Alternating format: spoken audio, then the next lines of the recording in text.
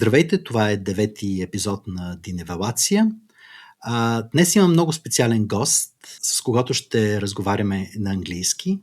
I first met Mark when I was a graduate student at Berkeley some 20 years ago.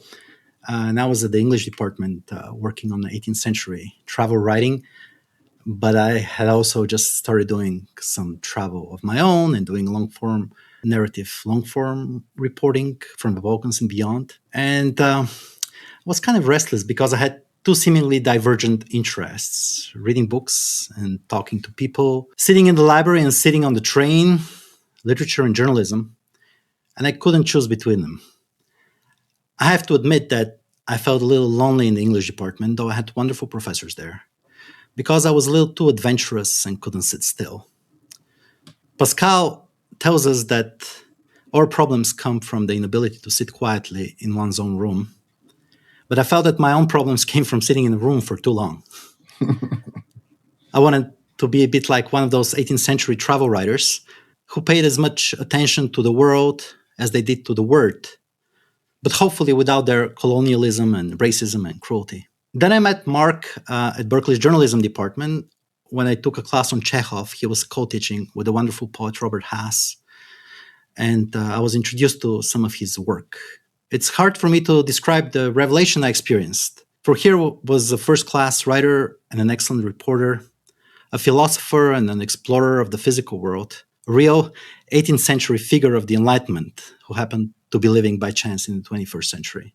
But there was more. Mark was not only one of the best stylists in the English language. I'd read his prose aloud, just listening to the lilt of the syntax and savoring the rich vocabulary.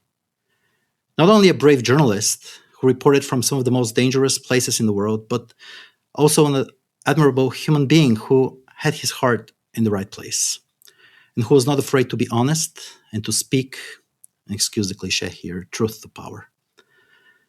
He had talent as a writer and a thinker, but most importantly to me, he had character. And character has always been a scarce commodity in any day and age. In book after book, he exposed the injustices of American foreign policy, yet he never stopped believing in the American ideals, the ideals of the Enlightenment, really, of freedom and human dignity and justice.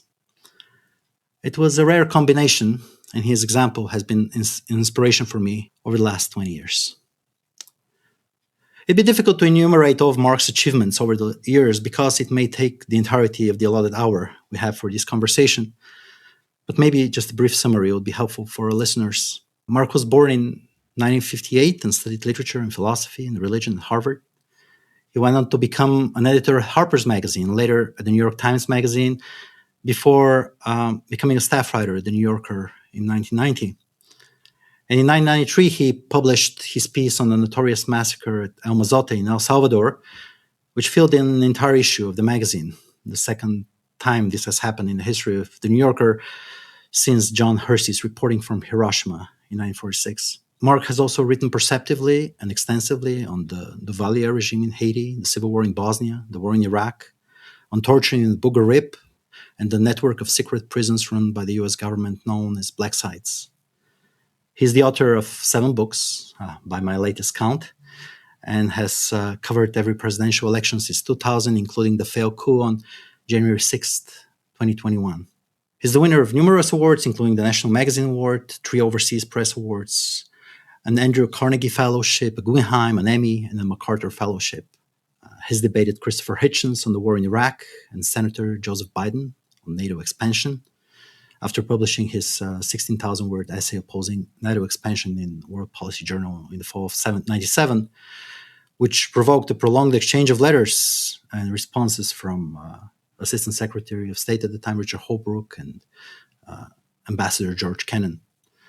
He's currently a regular contributor to the New York Review of Books and teaches courses on journalism, intellectual history, and literature at the University of California at Berkeley, my alma mater, and at Bard College in New York State. And it is an enormous pleasure and honor to have my friend and mentor, Mark Denner, as a guest on this podcast today. Welcome, Mark. Thank you. Thank you, Dimitar. And thank you. That's a really beautiful introduction. I'm very grateful for it. I wish my mother was here to hear it. She would be very pleased. I always think of her at moments like that with a beautiful introduction, and I think she would be pleased to hear it. So thank you. Mark, you've been covering American foreign policy for so many years, and it won't be, controversial, I think, to say that America has had its own empire at least since the Second World War. Mm-hmm. And recently, there was a speech by the Canadian Prime Minister Mark Carney in Davos, where he quoted Havel's "The Power of the Powerless." Mm-hmm. And he was talking about the anecdote about the greengrocer, right, who would put "Workers of the World Unite," the sign on his window, and the way, sort of saying the way, Havel was saying that a political system or a system exists as long as everybody symbolically shows allegiance to it, even if they don't live it. And Carney said that basically that we've all been living in a lie to a certain extent. That even the period after '89, after the communist lie was gone, so to speak, that we all lived in a system which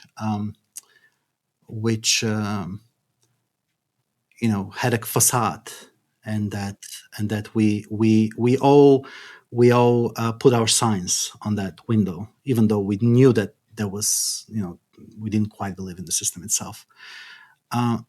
Now, American power, the American empire, it has its power has been exposed now. It's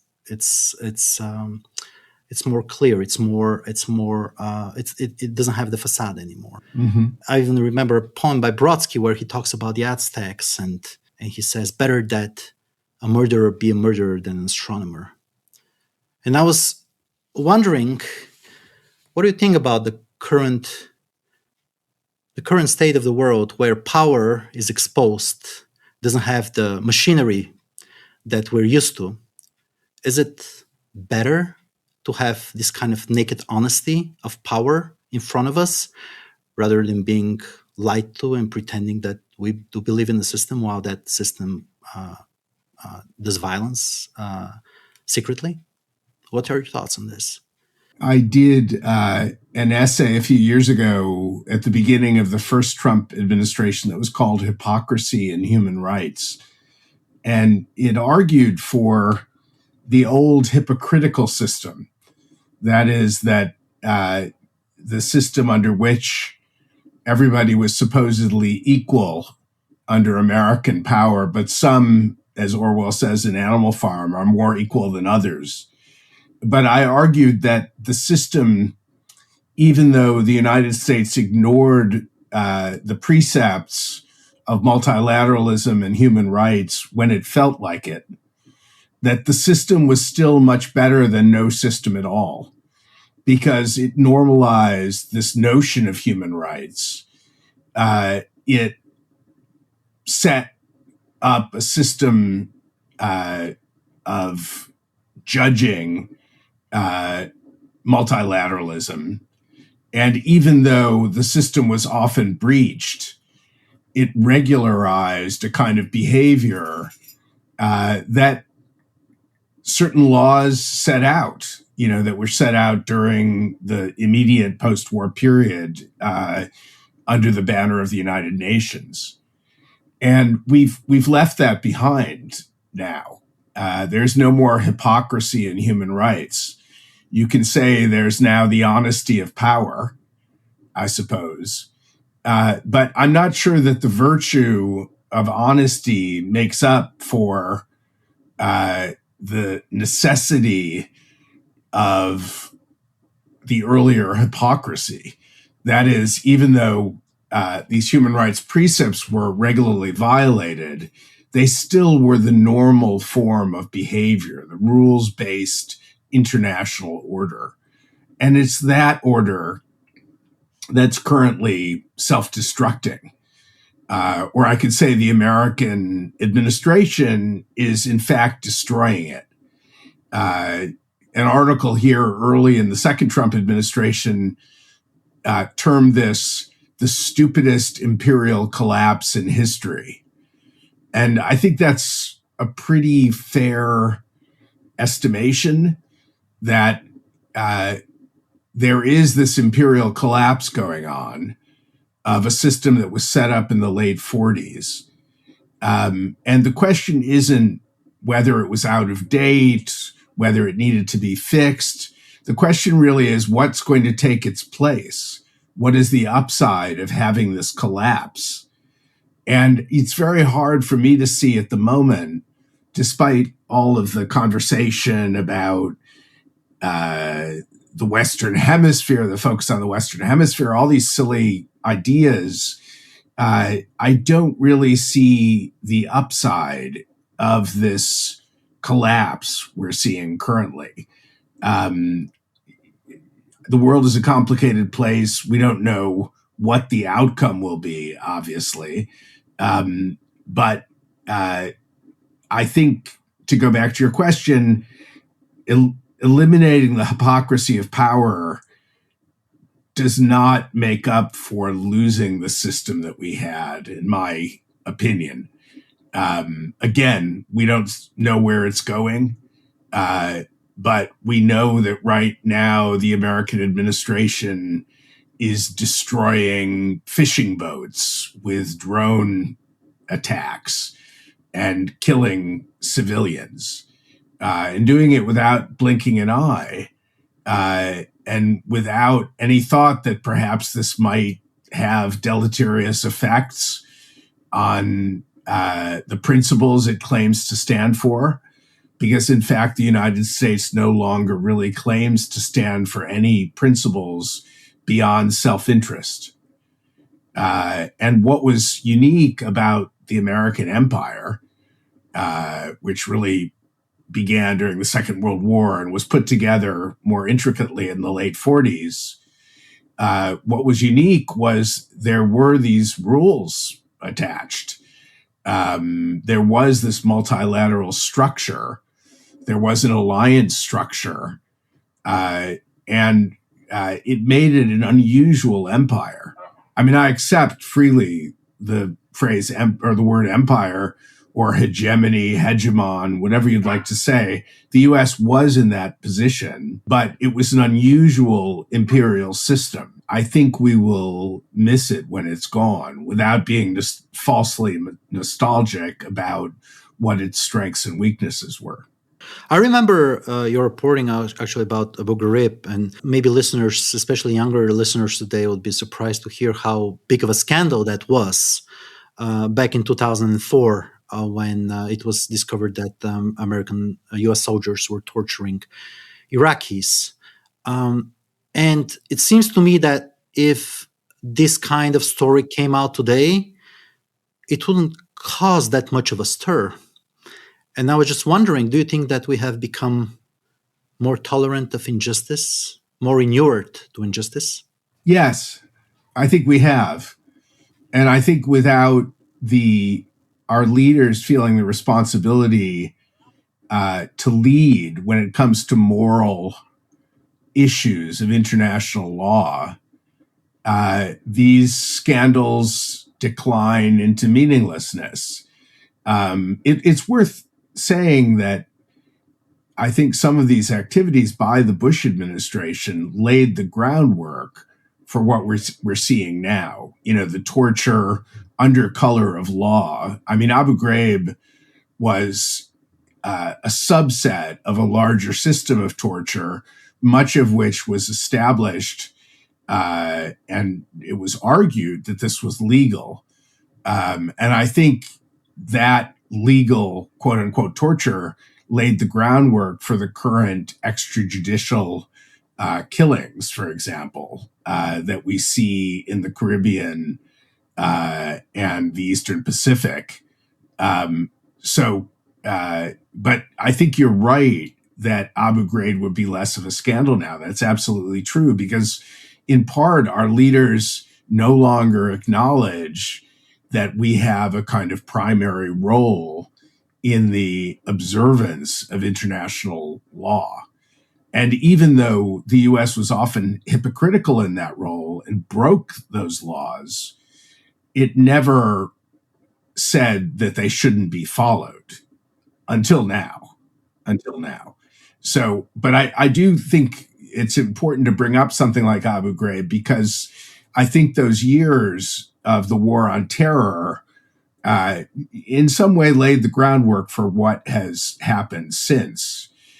You'll remember that Trump was elected the first time espousing torture, advocating torture. And he, as it happened, had a Secretary of Defense who argued him out of that position. I think in the current administration, there's nobody in a position to do that. So, I mean, you've spoken. I've heard you speak about Aristotle's term peripateia, right? The turning point. What, in your estimate, was the turning point really for the U.S.? Was it 9/11? Was it the election of Bush by the Supreme Court in 2000? Was it the Iraq War? I know it's a complicated kind of question, and it's different people would choose sort of a different turning point. But what to you was sort of the really the most important one? You know, I think there's several. I don't think you can identify one. I think the decision on the election in 2000, which I wrote about in a piece that the New York Review titled "The Road to Illegitimacy," I think that was a necessary forerunner for everything that's followed. That it was a starkly political decision in which probably the candidate who got less votes was put in the White House. And it was the first of two elections during the century that were like that, the other being the first Trump election. But I think what was different about the 2000 election is that probably if a thorough recount had occurred in Florida, it would have been not only that Bush received less popular votes, which is certainly true, but he, in effect, received fewer electoral votes as well, because I think he lost Florida. But we weren't allowed to know that because there was never a full recount. So I think that's a peripeteia. Yeah.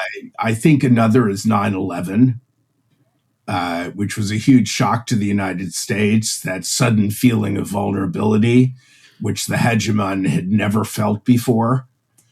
And I think the third one was the election of Donald Trump, who represents a kind of untrammeled populism, which is distant from and contemptuous of traditional thinking about foreign affairs and international power. So that third step was quite necessary to demolish the international order as we know it, because you had to get somebody in office who simply didn't see the advantages to the international order that the United States had constructed, because the order that's being taken down was extremely helpful and favorable to the United States. But Donald Trump has this view that we've been suckers, we've been taken advantage of, this sense of grievance, which is critical, by the way, to his politics. I mean, the sense of grievance is one of the most powerful emotions animating his supporters. But it means that he feels that the old order was the U.S. sacrificing itself on the altar of international interests while ignoring its own, which is a very unusual point of view. Yeah, certainly. And I think very hard to support. But he believes it strongly, and many of his supporters believe it as well. It's actually quite surprising, thinking that he became the president of the biggest empire in the world, the most complex empire, and he started dismantling it. And sometimes I think it's I'm not sure how much he believes that this empire was a sucker, so to speak, and it was not beneficial to the US, as much as probably that the empire itself was bigger than the president, was bigger than him, in the sense that it was the American empire, not the Trump empire. Let's put it this way: even people like Nixon, when the Supreme Court told him that he had to give up the tapes for Watergate, he actually acknowledged that decision and he went along with it.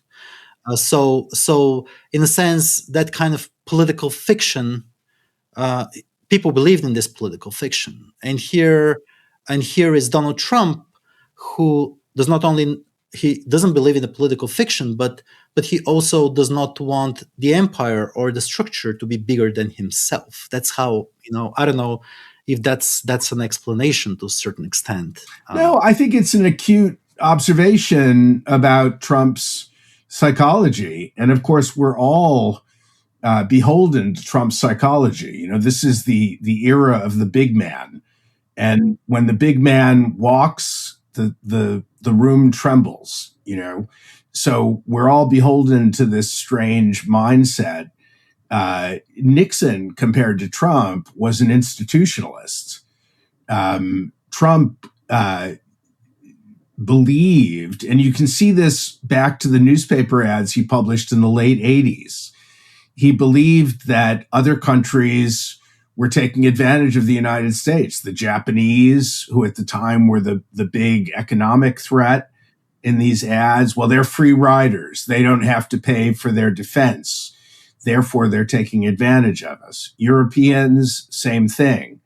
He is, in a sense, incapable of understanding how alliances can actually pay back their value many times over. He simply can't think that way. He thinks in terms of transactions and in terms of money. And it's not that he's not intelligent. I mean, he is, but the way he thinks, he's kind of incapable of learning. And most of the main precepts that are now animating U.S. politics and U.S. foreign policy are precepts he has held since the 80s or earlier. And it's kind of an astonishing thing to watch this single man overturn decades and decades of practice by sheer will alone. I mean, it's an astonishing phenomenon. The first administration of Trump, he had people in power who essentially intercepted his worst impulses. Now, the second administration, he has people in power who hasten to do whatever he wants. So you are seeing a kind of pure expression of the id of Donald Trump. And it's fascinating watching it. I think your comment about the empire being bigger than him is to the point. I think if he had built it, we wouldn't be destroying it, obviously. I think that's true. And there is, again, an astonishing degree of narcissism there that is real. I mean, he's really quite an incredible figure, to me. I mean, he's I'm always amazed at people who condescend to him and act like he's stupid. He's not stupid. He's ignorant. He's unable to learn, but he also has untrammeled energy and a kind of determination that's somewhat awe-inspiring. When you look at what he's done, I mean, we have gone from 1945 to last year with this foreign policy system based on the NATO alliance, the multilateral system created around the UN, and the Asian security allies. And that's been there since post 45. And he's essentially gone a far way toward dismantling it, and really single-handedly.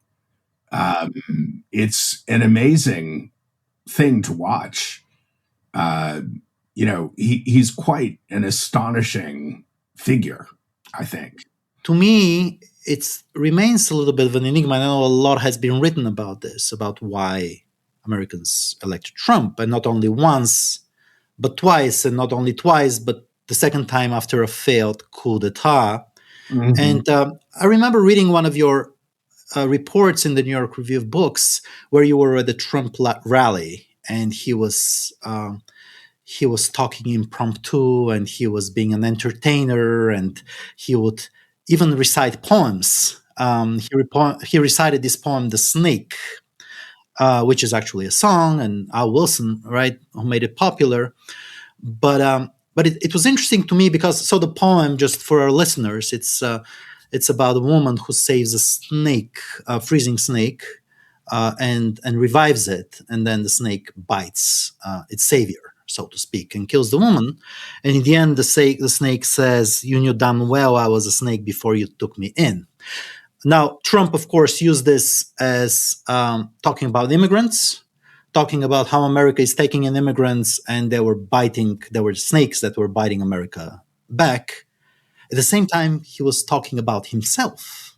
He was saying, to me at least, when I was listening to him recite that poem, "You knew damn well I was a snake before you took me in." And he was sort of saying this at a rally to his supporters. How did Americans took him in knowing that he was a snake? It's a complicated question. Because it can't be answered without taking account of the vast grievance of the American working class, the white working class. And he completed politically an evolution that began actually with the aforementioned Richard Nixon, the so-called Southern strategy. And Trump was the one to complete a claiming of the white working class by the Republican Party. They were called, when Reagan was in the middle of this, they were called the Reagan Democrats. These white workers, oftentimes in the city's ethnic minorities, who responded very much to wedge issues like abortion, racial taunting, and in Trump's case, immigrant taunting. And he completed this kind of movement to the Republican Party based on disgust among the white working class. I think he did this very consciously. He knew what he was doing. And a significant number of those voters really had a kind of nihilism about the American system that, it's so corrupt. It so benefits the wealthy and the elite that we should just burn it the fuck down. A significant number of those people thought this, and they thought that Trump was the agent who would burn it the fuck down. And I think what was key for them was this image of strength. They didn't care that he lied. They didn't care that he swore. They didn't care that he didn't act like a president has habitually done in American history. What they cared about was he seemed authentic, he seemed angry, and he seemed ruthless. And they wanted him to take the system down, So I think a lot of those voters were voting for that. And I think you can't understand Trump without understanding that all of this descended from an economic system that has not expanded the incomes of working class and lower middle class voters since the late 70s. There's been a kind of stagnation over the last two generations that was based on the outsourcing of manufacturing, promoted as much as anyone by Bill Clinton, Democratic president, and great resentment about the moving offshore of these jobs, about the Chinese rush of Chinese imports. All of these economic factors powered, I think Trump understood them. He understood the resentment. He understood the sense of grievance. He understood the anger at the elite, even though he's obviously one of the elite. And he used that quite consciously. He also, of course, was the first to use social media in an effective way when it came to presidential candidates. He was politically innovative in that way. And he was great on TV. He was a reality TV star. I used to marvel in 2016 when I was covering the primaries that everybody seemed, Trump was ahead by 20 points on the Republican side. And everybody agreed he was ahead. But they would always have this caveat. Well, of course, Trump did this and this and this. Of course, I don't think he's going to be the nominee. They'd always say. And I'd always think, why don't they think he's going to be the nominee? He's ahead by 20 points. But there was this assumption that he was going to self-destruct, and it was just impossible that he would be the nominee. And when I looked at him, I thought, he's a reality TV star. Do you really think Mike Huckabee is going to beat him? So I wasn't surprised when he got the nomination. I remember saying this to Bob Silvers, who was then the editor of the New York Review of Books. I wasn't surprised at all. And I wasn't surprised when he won. It was a very close election. He drew to an inside straight. It was very fortuitous. But to me, it wasn't at all shocking because he did dominate. He completed this evolution that began under Nixon to make the Republican Party a working class party. That's really what you've seen under Trump. And he did it through a kind of ruthless populism. Nixon used race baiting. Trump also used race baiting, but Trump's race baiting had a lot more to do with immigrants than Black people. Nixon's had much more to do with Black people. But American politics have traditionally turned on the fulcrum of race. And Trump, I think, also recognized that. I think he was very perceptive, and he filled a spot that was yawning open and waiting for him. And he's a very talented politician. The second election, when he was elected this time, he was indicted and he ran against those indictments. He ran against the idea that the elite was trying to destroy him and make it impossible for his supporters to elect him again. So he ran against the indictments. I did publish a piece in the New York Review, the epigraph of which was a Trump quote: "To get elected, I need only one more indictment," he said. And, this was a fairly brilliant strategy, and it worked. It worked. I think he's much underestimated as a politician. I'm not saying he's without flaw as a politician. He has plenty of flaws. He's undisciplined. He has a lot of flaws that are in front of us all the time. But he also is unmatched at taking grievances and turning those into a story and turning himself into a narrative that voters will vote for. So I think that in order to really understand his election, you have to give him his due as a politician, which I think many, many people are unwilling to do because their feelings are so strong about him. They hate him.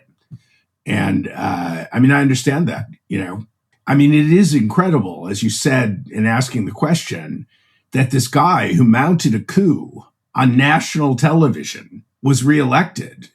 But you can put it in a different way. It's astonishing that the country, after Trump mounted a coup against it, was unable to defend itself from Trump.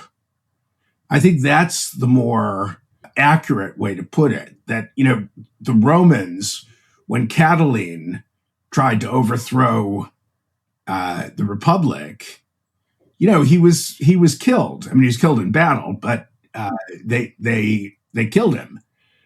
And Cicero, indeed. And, they recognized the threat that Catiline posed, not simply to them, but to the system. And Trump posed a similar threat to the system, which he made uncontrovertible by this January 6th coup. And the system was unable to defend itself from him. I think that says something about the decadence of the American political system. Yeah, it seems to me that, there's, of course, the fault of Democrats as well, the hubris of Democrats who, as you say, Republicans were trying to become the working class party. I think they were trying to become less and less the working class party for many, many years. And, that kind of hubris, I think, among, starting with, not only with Hillary Clinton, of course, I think it was there much earlier, but the belief that Americans would vote against Trump just because he was Trump. I think that's what riled up people, in a sense. There was a personalization of his politics and a condescension, really. This guy, obviously, he can't win. I mean, the last days of the 2016 campaign, I was going to Trump rallies and going to Clinton rallies, and Clinton was harder to go see because she wasn't having that many rallies. He was working very hard, particularly in Michigan and Pennsylvania, in the swing states, and she would take days off. She counted it in the bag. And it was obviously a very grave miscalculation. Yeah, it's, to be very honest with you, I wasn't surprised by his election either. There is this kind of resentment as you talk, like people are willing to take down the ship even if they're on the ship themselves, which is sort of an interesting, almost suicidal impulse. I'm not sure if, I have this weird theory that when that history, there is sort of the cyclical history when history becomes almost like seasonal and agricultural, and there is a kind of boredom to it, the way it did during communist times, the 13th Congress of the party and the 14th Congress of the party and 15th, and somehow time stops. And then there is this, in the 1990s, it's not that history ended. I think for Eastern Europe, it's like history began and suddenly there was excitement and things were happening and you could look forward to something, whether it was getting into the European Union or joining NATO or some kind of organization, or, there was always something to look forward to, a kind of a horizon of expectation. And at a certain point, the system, even the capitalist system itself, became kind of this kind of Brezhnevian capitalist system where the only thing you could look forward to was buying the iPhone 11 and the 12 and the 13 and the 14.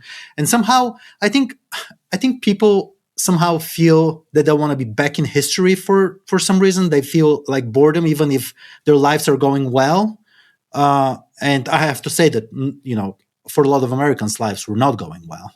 It's very hard to be in the States, and I know the kind of precarity a lot of people have. But at the same time, I was just thinking about this kind of psychological impulse where sometimes you would want to be thrown back into history, and you'll do everything possible, even like set fire to your own house just to feel that kind of like course, of horizon of expectation once again. No, I think that's very eloquent. I mean, I think people tend to underestimate the entertainment value of politicians, that a lot of people voted for Trump just because they didn't know what he would do next, that he kind of animated history and dominated it, and seemed to quicken their lives. Of course, the news media in 2016, they'd never had it so good. There was what was called the Trump bump, usually used to refer to the stock market, but also referred to the fortunes of the news media, that suddenly saw viewership dramatically increase, subscriptions dramatically increase, because people were deeply interested in politics again. And they wanted to see what Trump was doing, what the last thing was he said. I mean, the New York Times owes its survival and its present flourishing really to the Trump bump. He animated history and personalized it in a way that a lot of people found very welcome, particularly, obviously, his supporters. He seemed to animate this struggle of his struggle against the system. The QAnon conspiracy theory, which envisions Trump as the hero, is the dramatization of this.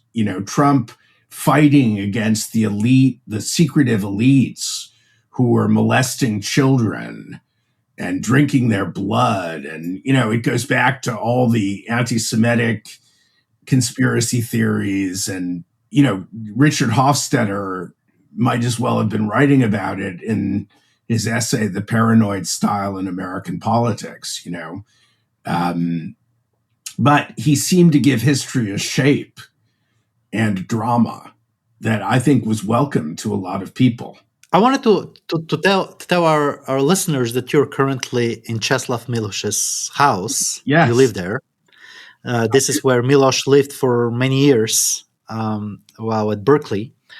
And since we're talking about Milosz, and Milosz has, by the way, lots of fans in Bulgaria. He's quite popular here. I've always thought that his book, The Captive Mind, is an excellent study on how intellectuals collaborate with regimes and the kind of excuses they find to collaborate. And it seems to me that this book has become relevant in the American context once again. I was actually, because I grew up in the Bulgaria, but I came to the States sort of with these ideals, the sort of American freedom, American individualism, the kind of thing where you would actually resist if a totalitarian system came in, and then suddenly, very easily, surprisingly easily, maybe, a lot of people started collaborating. I mean, sometimes I'm listening to Trump officials and to people around him, and I'm like, oh, it's just they're worse than even the communist guys, who back in the day who would mouth all kinds of cliches, and just it's embarrassing, frankly. But to me, it was came as a little bit as a surprise that people sort of who were raised in that kind of American system, who would speak up their minds, suddenly collaborated very quickly. Did that surprise you? It didn't. It didn't surprise me.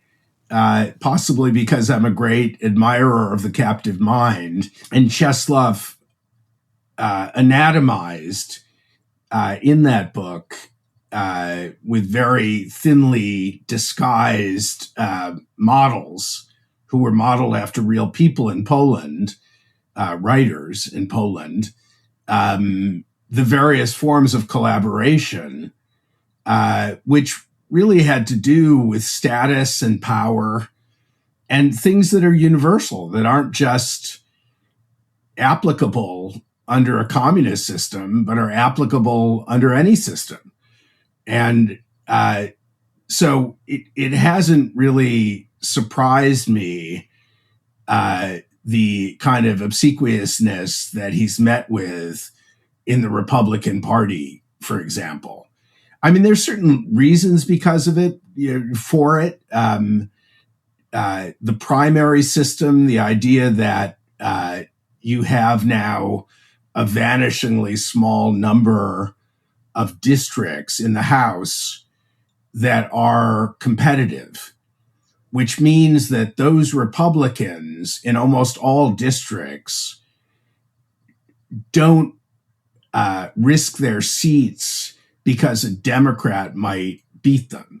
They risk their seats because a Republican might threaten them to their right. And because now that's a structural factor. But because that's a structural factor, Trump can threaten to primary them. And because he is absolutely ruthless when it comes to that, and famously vindictive and vengeful, he's able to keep these people in line very effectively. So that's a kind of structural flaw in the American system at the moment that is helping him keep the system at his beck and call. But the idea of, I guess I was a little surprised that, you do have a never Trumper strain in the Republican Party. It's relatively small now, but it's Republicans who will never follow Trump. But in a sense, they're kind of left out in the wilderness. They're left in the desert. It did surprise me a little bit, as you said, that there weren't more people who found their animating spirit in the American system that he's doing so much to disable. He's currently pulling people over, arresting them in their houses without warrants, and that's very basic to the American system. And the idea that he's doing that and the Republicans are really saying nothing against it is, I guess, surprising to me, because that's such a basic part. But of course, it's immigrants who are being harassed this way, not American citizens. Not yet, exactly.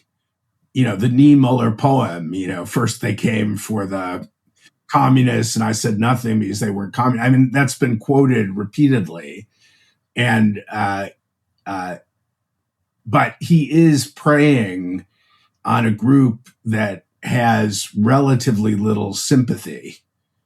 And that's been the practice of autocratic figures for many decades, To me, part of the problem, I guess, is that, or what I see from outside the U.S. is that, having lived in the U.S. for that many years, is that to a certain extent, maybe the fault is that Americans believe too much in their institutions. They became a little too comfortable with their institutions, and that the institutions are going to defend them against a person like Trump. And there was not an inbuilt resistance, so to speak, if those institutions failed. What happens if they fail? And somehow in Europe, I think we're more used to our institutions being rotten and people going out constantly to protest about this and that and blocking roads and different things. But in the States, it seems that there was a kind of complacency that for that many years the system has worked, and why wouldn't it continue working, in the future? I think that's true. I think you're absolutely right. And I think, to go a little bit deeper into that, there was a lack of appreciation for how much many of our institutions were built on norms and not laws. So that, the idea of the vast corruption you're seeing now, it's hard to prosecute. The founders of the country did not allow for a person like Trump. So a lot of the restrictions on the behavior of the executive have really been handed down as norms, not as laws.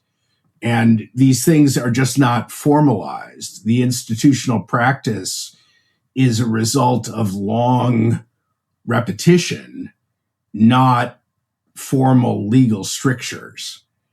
And that was a weakness that he's exploited quite ruthlessly. The other weakness he's exploited ruthlessly is emergency provisions. He's declared states of emergency where they really don't exist, and gone through, sort of bulldozed his way through those loopholes. And it's one of the reasons why the last week has been perhaps a turning point, because the Supreme Court actually called him on one of those and said his tariffs were illegal because there wasn't an emergency and he couldn't apply them under this law anyway. It's the first time there's been pushback against a major one of his policies. But I agree with you that Americans were complacent and still are, I think. I titled one of my books Stripping Bare the Body. And it was after yes, there it is. It was after a quote by a Haitian politician, he became president, who said political violence is like stripping the body bare. The better to place the stethoscope and hear what's going on beneath the skin. The idea was that in times of political stress and political violence, you really see the system at work. You see its flaws. You see its strengths. You see the interests at play. And I think we're at that point in the United States. That's where we are right now. We're seeing the system stripped bare. And a lot of it is quite ugly to see it unclothed. And since we're towards the end, I think, and I wanted to ask you something, and you mentioned norms and not laws, that, a lot of what's happening in American policy or in American politics has been based on norms. And I totally agree. And, we can bring back the example of Nixon with the Supreme Court again. The Supreme Court cannot enforce; it doesn't have a police to go and enforce this kind of norms. But the executive branch would actually obey, the decisions of the judiciary, and that's a norm. That's something that the Supreme Court cannot do anything otherwise if a president decides to ignore this. And we've seen that as you said, Nixon was an institutionalist, and he actually did believe in those norms, in these political fictions. Now, I was listening to some of the things that Governor Newsom was saying, and he's an extremely eloquent person, I think, extremely brave. But he was saying that he doesn't believe that in 2028 there might be elections. And what would happen now? Would there be even like elections in November 28th? I mean, what's your prognosis? I mean, how would Trump ever give up power once he's taken over completely? If I had to predict it, I would say that he will. I would say that there will be elections in 2028. They may be less fair than the last election because he may succeed in changing the system in the ways he's been lobbying for. So the 2026 elections, the midterm elections, may be less fair. It may be harder to vote, for example. There's a long history in the United States of politicians trying to choose the electorate instead of the electorate choosing the politician. And Trump is a major advocate of this form of political subterfuge. So he's trying to do that now. But I think that elections are so much a part of the American system. I think it will be very hard to actually not have them. I think it's possible they'll be corrupt or they'll be unfair, but I expect that they will be held. There would have to be an unprecedented emergency I'm not saying Trump, it's impossible that he would do something like that. It's possible. It's possible. And he certainly has the institutional support that he didn't have in 2020. That is, that his Department of Justice would support him. Possibly the military would support him, possibly. So it's a very different situation than what was going on in 2020, no question about it. But if I were to predict it, I would say there will be elections. There will be an attempt to influence them in ways that up to now were perceived to be beyond the pale in the American system. He will be absolutely unbounded in supporting either himself or his chosen candidate from his position in power. That'll also be interesting, because if the candidate isn't him, and I expect it won't be, he's going to have to act to support someone else, which, it's hard to imagine. Narcissism. It's going to be interesting. That person will have to somehow avoid offending him, which will be difficult. And, it's also yet to be seen whether he can have an inheritor, whether there is someone else who can inherit his support, or whether he is more of a one-off. He's such a unique political phenomenon.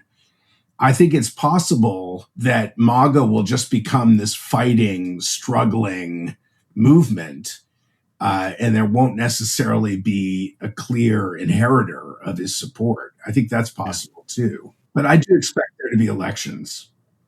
Final question. What's your greatest hope these days? What keeps you going? I have hopes for my children, and I have hopes for the country.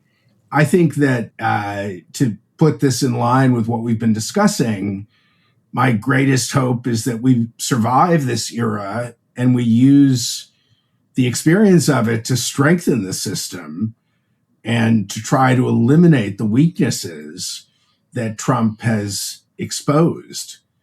I think it's very important not to lose faith and lose courage and lose our spirit as Americans. It's a difficult time to be a believer in human rights and the other things that have been so prominent in the American psyche.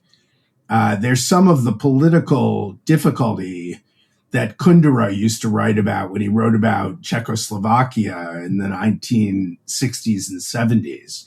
This way of living your life while trying to ignore the public sphere. And I think there's some of that currently in the United States, with people suffering through enormous depressions and frustrations about what's going on in the political scene, in part because it's so hard to avoid. Trump is almost impossible to avoid. He's so ubiquitous. But I like to think that, I remember very well covering the 2008 election and interviewing people on the street. I was in Florida and going into a bar to get something to drink. At the exact moment, up on the television, Obama, his wife, and children were walking out onto the stage at Grant Park in Chicago. And I remember being astonished at that image. And, I'd covered Iraq and the war on terror and torture. And I remember distinctly thinking it was all worth it. If it took all of that to bring this guy to office, then it was all worth it. And I had the distinct feeling that we had to go so low to get so high. Again, it was a feeling of the moment. I'm not saying that's necessarily true, but I like to think that I'll have the chance to entertain that feeling again. I hope so. Yeah, I hope so too.